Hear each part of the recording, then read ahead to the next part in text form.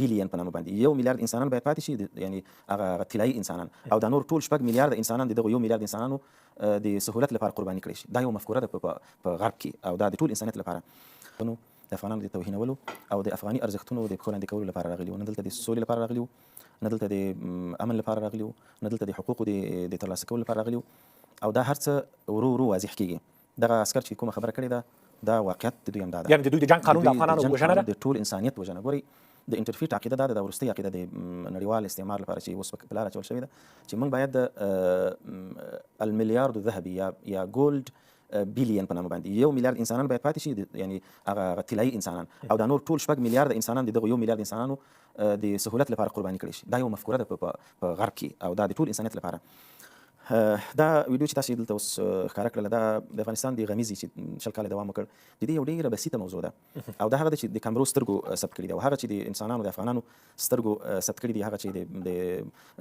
الله تعالی حفظ کړي دي او فرشتو لیکلي دي، هغه له اوسني انسانانو څخه پټ دي، لیکن یوه ورځ را روانه ده چې دا هر څه به څرګندېږي او د دې ټولو حساب به کېږي. محمدي صاحب محترم، په افغانستان کې داسې بوږنوونکې پېښې شوي دي چې متاسفانه زموږ یوه ستونزه دا ده چې موږ د تاریخ په کم حقه ثبتولو کې ضعیفه یو. که نه پکار دا و چې په تېرو 5 کلونو کې دغه تاریخ دومره مستند شوی وای چې دا اول زه د ځان ضعف بولم، بیا د خپلو ملګرو ضعف بولم، دا تاریخ باید دومره مستند شوی وای چې موږ د امریکایي او د ناټو د اشغالګرو د استعمارګرو هغه 20 کلن مظالم او 20 کلن وحشتونه داسې دنیا ته څرګند کړي وای چې ټولې دنیا په دې باندې باور کړی وای او په دې باندې اعتراف کړی وای چې غرب د انسانیت دښمن دی، یوازې د اسلام دښمن نه دی، یوازې د افغان دښمن نه دی، بلکې هغه په کلي شکل باندې د انساني ټولنې دښمنان دي. دغه څه چې دوی اوس وایي دا د دوی اصلي پالیسي ده. عسکر چې څه وایي، عسکر چونکې یا لیونی دی یا زورور دی یا په دوی کې کشر دی، د مسؤلیت احساس نه کوي. هغه څه وایي چې هلته دوی د پردې تر شا د کمرې تر شا مجالسو کې کوي، چې وایي ووژنئ، خراب یې کوي، ویې نړوئ، قتل یې کړئ، توهین یې کړئ، تر پښو یې لاندې کړئ. دا خو ډېره عمومي وژنه، هېڅ مشکل نشته، دا ډېره عادي موضوع ده. لیکن افغانانو دا هم یادېږي چې زما په شهداو باندې دوی بولې وکړلې. دا کوم قانون ده؟ آیا د حیواناتو په قانون کې دا شته چې حیوان بل حیوان وژني بیا ورشي بولې پرې وکړي؟ انسانانو قانون خو هېڅ پرې، د حیواناتو په قانون کې، د وحوشو په قانون کې دا شی شته؟ آیا په کوم انساني قانون کې دا شته چې ته د یو چا مقدس کتاب هغه اخله او العیاذ بالله توهین یې کوه، په ګندګي کې غورځوه، دغه په وړاندې پرې خېږه، دغه په وړاندې په بچو، دغه په وړاندې په مرمۍ وله، دا هېڅ ته پرېږده. آیا دا د انسانیت په قانون کې دا شته چې د یو چا د یوې مور په مخ کې د هغې ماشوم 3 عسکر خپل ټولې مرمۍ پرې خالي کوي؟ زه یوه د یوې صحنې په خپله چې ما ته قصه شوې ده، هغه د شهید ورور ما ته قصه کړې ده. په فراه کې په یوه شپه باندې په یو کور باندې حمله چاپه وهل کېږي، او د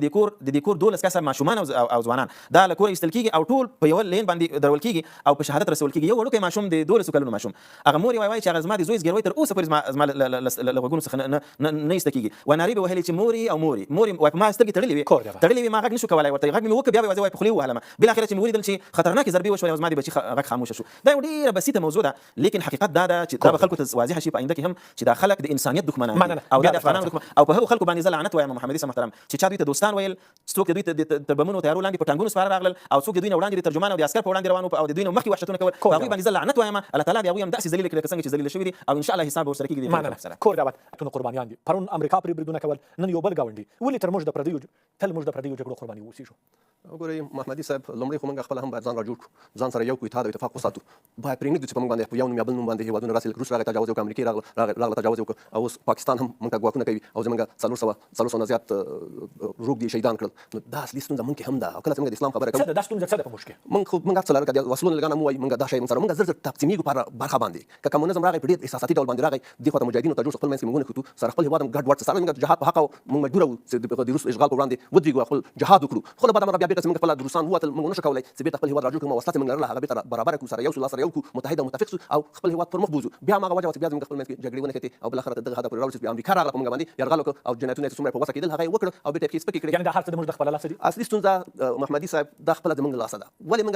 حق ورکړو څوک موږ باندې یرغل وکړي؟ ولې موږ دومره کمزوري چې څوک راځي؟ حتی دا اوس پاکستان چې موږ باندې برید کوي، موږ باید دومره توانایي لرو. دغه جمهوریت چې دلته 20 کاله وو، دوی باید دومره قوي اسلحې راوړې وای، که یرغل پرې ایښی وای چې پاکستان جت الوتکې موږ هېواد ته نه سوای را داخلېدی. ولې اوس بعد موږ ګوره جت الوتکې راځي په موږ باندې بمبار کوي، موږ ډېر څه نه سو کولی. همدا اوس هم پکار ده چې د دې په مقابل کې موږ ځان آماده کړو، ځان چمتو کړو، سره له دې چې یووالی رامنځته شوی ده اوس د افغانانو منځ کې. د هرې نظریې افغان اوس په یو اتحاد او اتفاق باندې خپل نظام پسې ولاړ ده. له دې نه باید موږ ګټه پورته کړو. یعنې په اوسني تاریخ کې د افغانستان لومړی ځل ده چې افغانان دومره متحد او متفق شوي دي. که په افغانستان کې دي او که د 10 میلیونه بهر دي، نو دې نه اوس ګټه پورته کول پکار دي او ځان چمتو کول پکار دي. په ټکنالوژي کې ځان رسول پکار دي چې بیا اوس لکه ایران باندې امریکا، ولې امریکا خو هېڅکله سوله نه کوي؟ ولې سولې ته غاړه کېښوده؟ ځکه چې امریکا ایران سره ټکنالوژي وه، ایران سره اتحاد او اتفاق و، ایران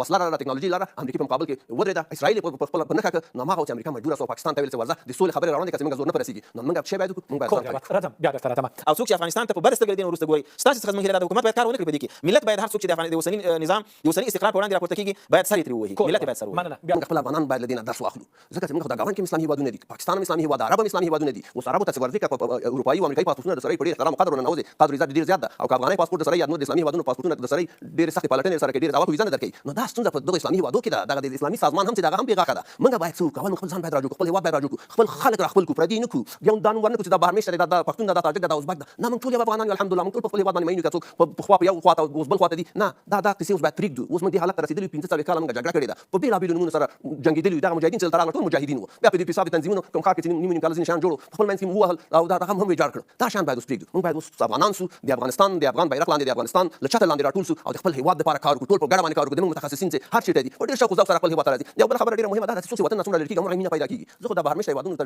ځم نورو هېوادو ته نور افغانانو سره خبرې کوم چې دوی کومه مینه خپل هېواد سره لري کومه چې دوی ځورېږي هغه څوک چې ځینې مریضان شوي دي چې هغه ګډې وډې خبرې کوي چې خپله موږ ورته ګورو بیخي ګډ وډ لګیا دي وطن نه لرې دي نو هغه هم باید خپل هېواد ته راشي او کله راتلی شي چې موږ ته زمینه ورته مساعده مثلا زه یم زما کورنۍ ده زموږ ماشومان دي زه به ماشومان دلته څرنګه راولم که هغه ماته هم سم کړي دي دا خو بیا نشي راځي بیا درته راځم حنفي صاحب چې افغانان داسې یو حالت ته ورسېږي چې وینه قیمت پیدا کړي او هېڅوک بیا ورته په برګو سترګو ونه ګوري دا ډېر ښه سوال هم دی او ډېر لوی ارمان هم دی محمد اسلام محترم خو حل یې ډېر اسانه دی هغه دا دی چې موږ فقط دوه کارونه وکړو اول دا وکړو چې عزت په اسلام کې ولټوو لکه مخکې چې ما د عمر رضی الله عنه مقوله ویله او دین ته رجوع وکړو الله تعالی ته رجوع وکړو هغه دین چې الله تعالی له انسانانو څخه غواړي هغه تقوا چې صحابه کرامو درلودله هغه تقوا چې زموږ اسلاف درلودله په شخصي ژوند او په اجتماعي ژوند کې دا یو او په عام حالاتو کې په سیاسي ډګر کې یا په ټولنیز ډګر کې چې سړی وایي من حیث نظامداري موږ د علم قدر وکړو محمد اسلام د دنیا په علم آباده ده او تر څو چې موږ د علم قدر ونه کړو موږ په دنیا کې د عزت ژوند نشو کولای ګورې دنیا د اسبابو کور دی نبي کریم صلی الله علیه وسلم ته په څو محدودو وختونو کې ما وراء الاسباب مرسته راغلې ده کني نور هر څه په اسبابو الله تعالی ورته ویلي و چې واعدوا لهم ما استطعتم کې تاسو اشاره درلودله د دنیا اسباب استفاده کوي او حاکمیت کوي اسباب استفاده کوي بیا په دنیا کې د عزت ژوند تیروي موږ باید د علم قدر وکړو نن ما یو د پزشکان یو وینا واورېدله ډېره راته جالبه وه د ایران د رئیس جمهور ده وویل که زموږ پوهنتونونه نه وای نو زموږ توغندي به نه وو که زموږ پوهنتونونه او زموږ د ټکنالوژۍ پوهنځي خاص کر نه وای نو نن به موږ امریکا ته مخامخ په سترګو کې ګوتې نه ورنویستلې موږ باید خپل پوهنتون او د خپل پوهنتون د استادانو